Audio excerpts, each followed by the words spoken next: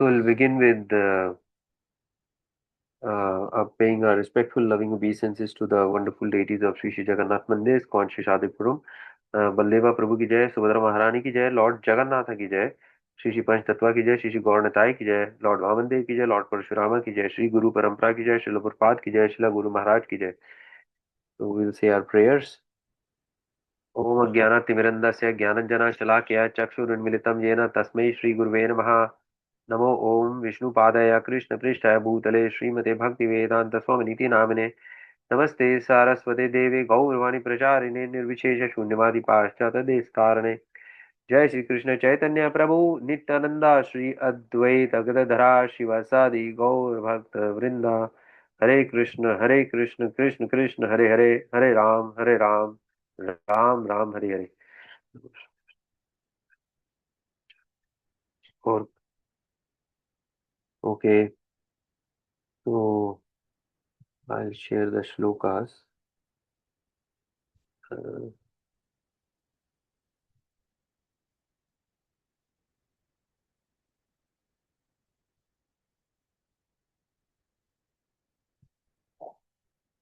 so it's shloka 5.7 and 5.8.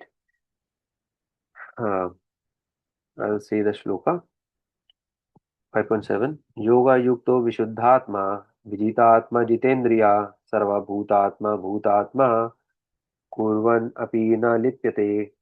Translation: one who works in devotion, who is a pure soul and who controls his mind and senses is dear to everyone, and everyone is dear to him.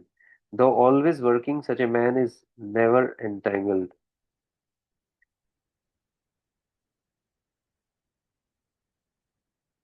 5.8 and 9 seems to be combined. So, नेव किंचित करोमीति युक्तो मन्येत तत्त्ववित् पश्यन् शृण्वन् स्पृशन् जिघ्रन् अस्नन् गच्छन् स्वपन् श्वसन्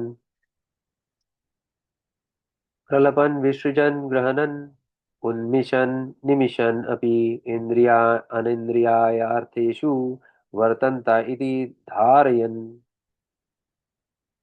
Translation: a person in the divine consciousness, although engaged in seeing, hearing, touching, smelling, eating, moving about, sleeping, and breathing, always knows within himself that he actually does nothing at all. Because while speaking, evacuating, receiving, or opening or closing his eyes, he always knows that only the material senses are engaged with their objects and that he is aloof from them. So, very wonderful. Something if we remember all the time, then we'll be in a very wonderful state, right? I mean, when we hear it, when somebody says it in class or anywhere, it's something very nice um, to know. I mean, we realize it, that what it is talking about. So let's see in detail what all this means. Um,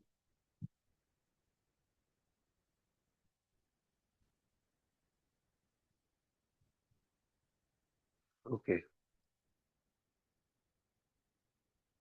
so here it is said, one who works in devotion. So this is one condition. This is Karma Yoga. Chapter is Karma Yoga.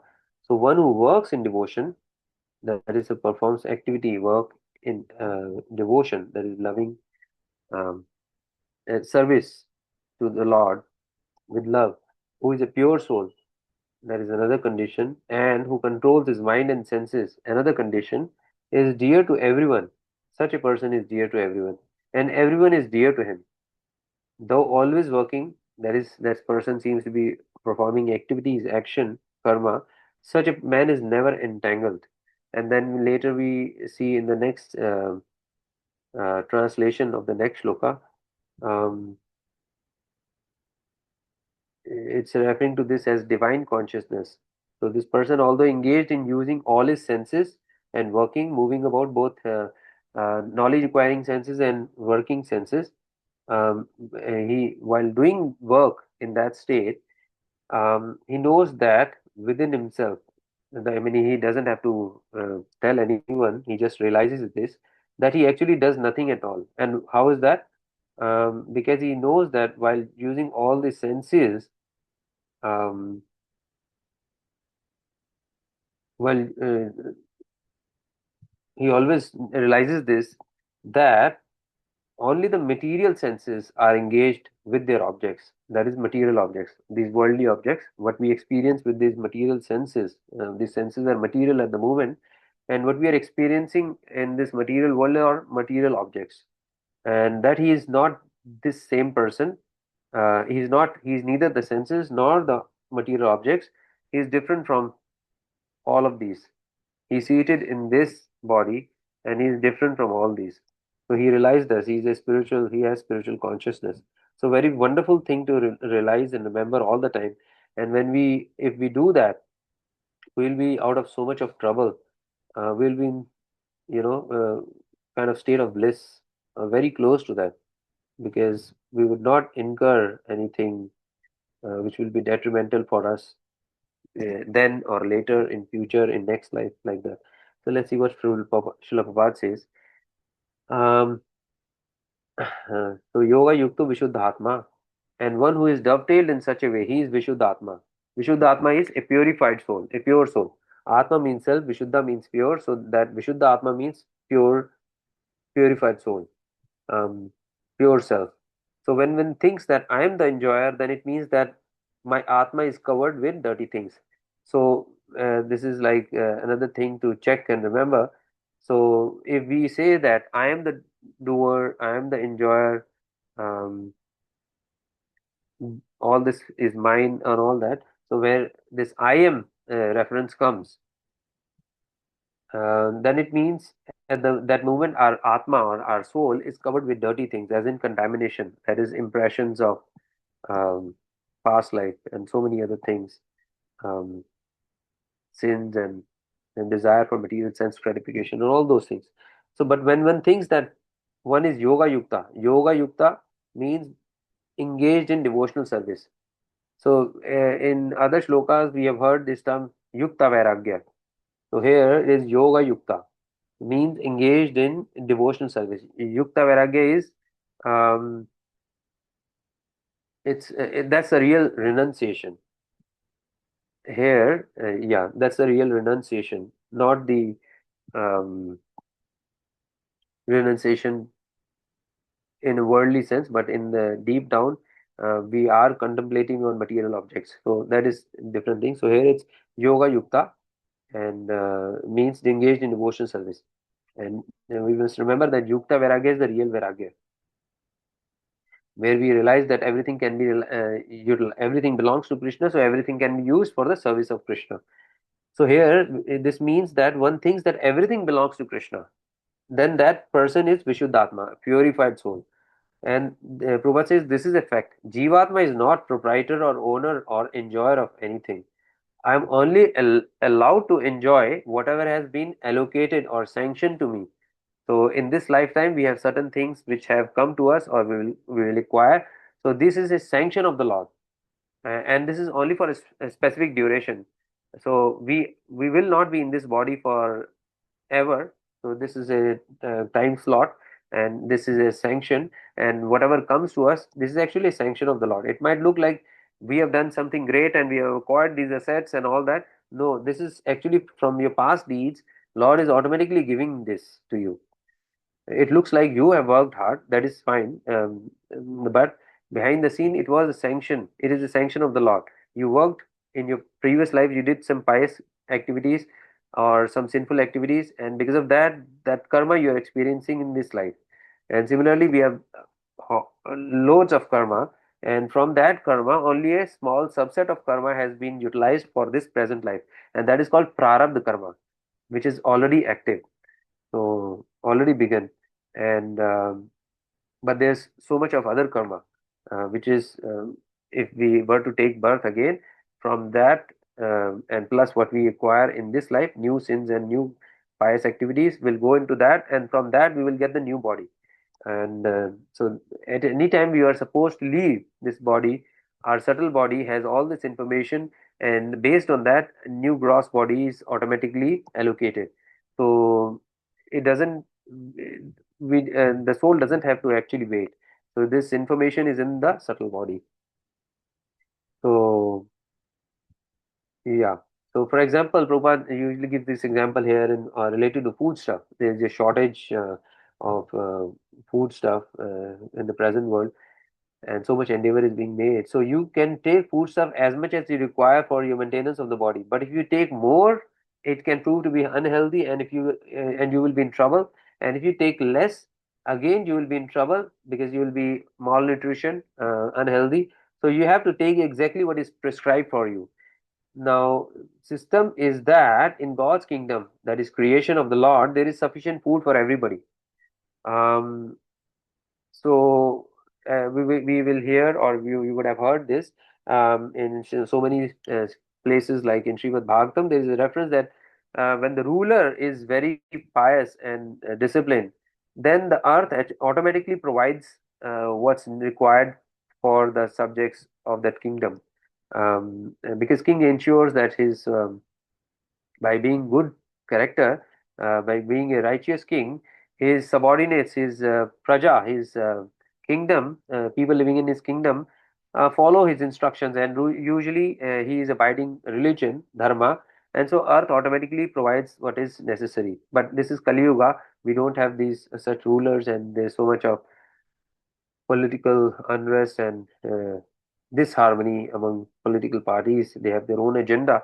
So Prabhupada says that they're not really concerned about um, um, what's best for the people. So they have their own agenda. So yeah, so that is how it is. So God has a different arrangement. So this Mother Earth would provide all this, um, but this is not how it is in Kali Yuga. So if that is how it is practiced, then in that case you can take as much as you require. In the natures where you will find, beginning from ant to elephant, they will never take anything more. They will never take less. They will just take what's right for them. So if elephant were to eat 200 pounds, were given 200 pounds, and if he were to take only, and if he needed only 100 pounds, then he will only take 100 pounds. He will not take more than that. And same with, uh, they will not store for the next day also. And same with, Prabhupada gives another example, pigeons and ants. They will only take whatever they require for then. They will not take anything more and never store this.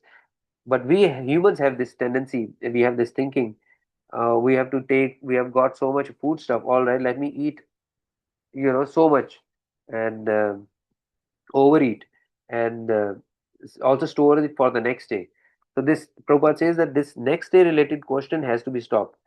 uh, Here the idea is to depend on the Lord. Rather, we should always depend on the Lord, Lord Krishna, for the next day, and will take only what we require.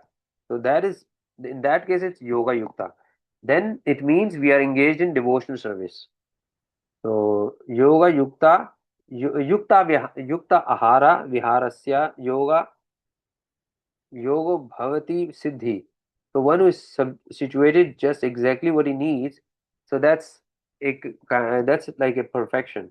And the whole world is situated in such a way that everybody, if he takes exactly what he needs and he does not stock hoard for later, like for next year, next week, next month, next year, like that, if you don't stock, because there is no need, then there will be no poverty.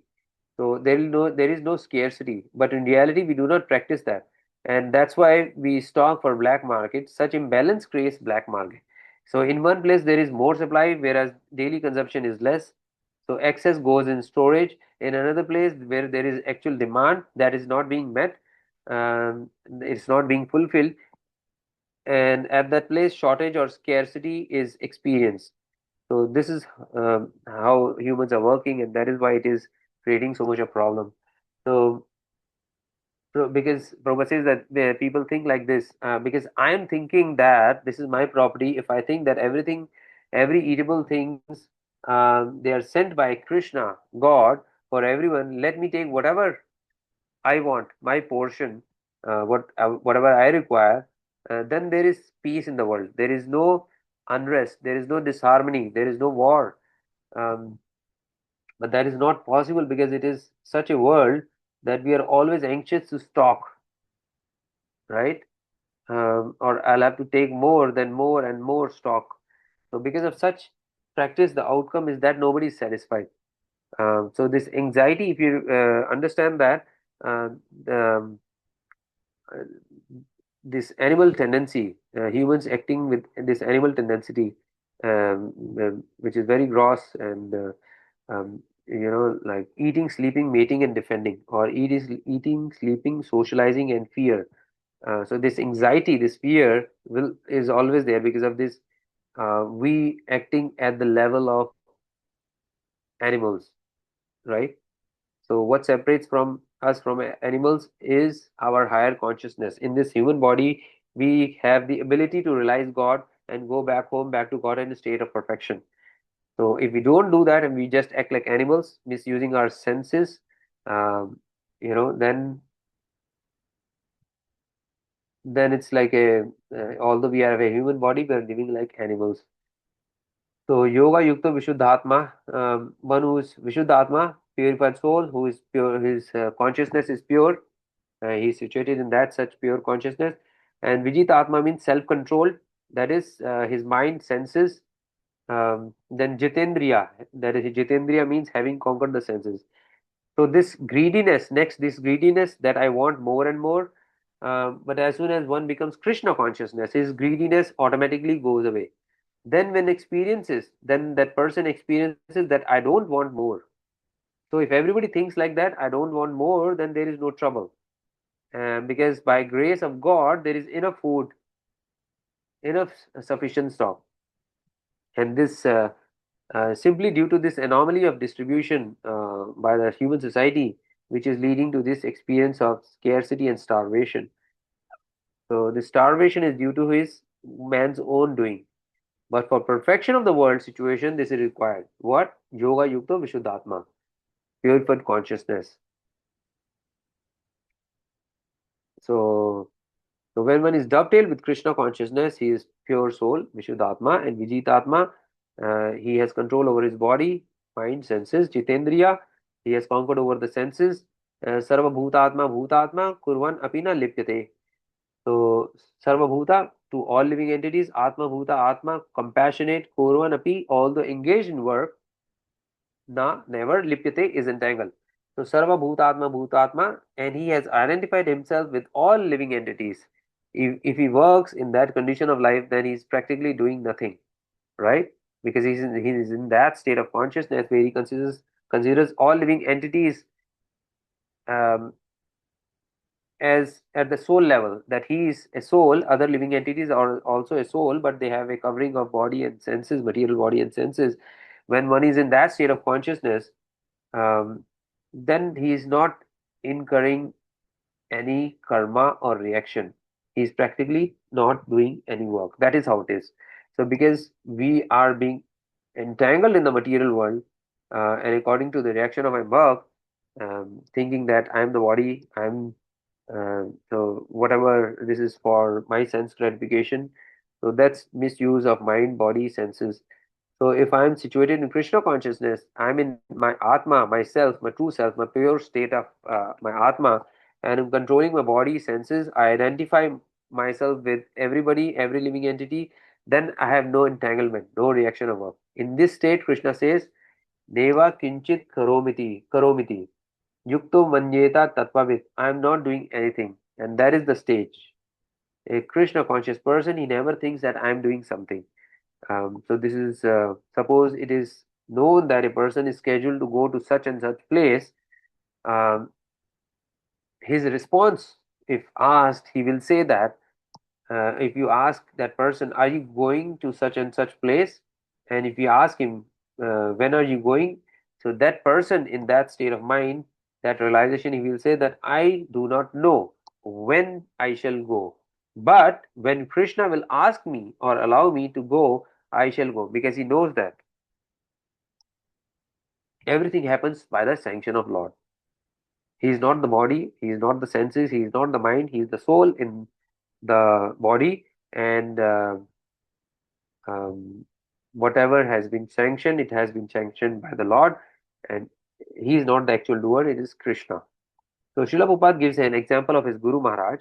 He says that his spiritual master, Srila Bhakti Siddhanta Saraswati Goswami Maharaj, he would never, when asked, he would never say that I am going or I am doing. His response was always, if Krishna desires, then I shall do it. If Krishna desires, then I shall go. So, like that, he was always in that state of mind, depending on Krishna. This is called Vishuddhatma, a pure soul, a pure consciousness. So, Tattvavid means one who knows the truth. The truth is that unless Krishna allows me to go, may not go. There are so many obstacles on the path. One can have a whole master plan, but unless Krishna desires, unless he allows, we cannot do anything. And this is a fact. We can have a plan and he has a master plan.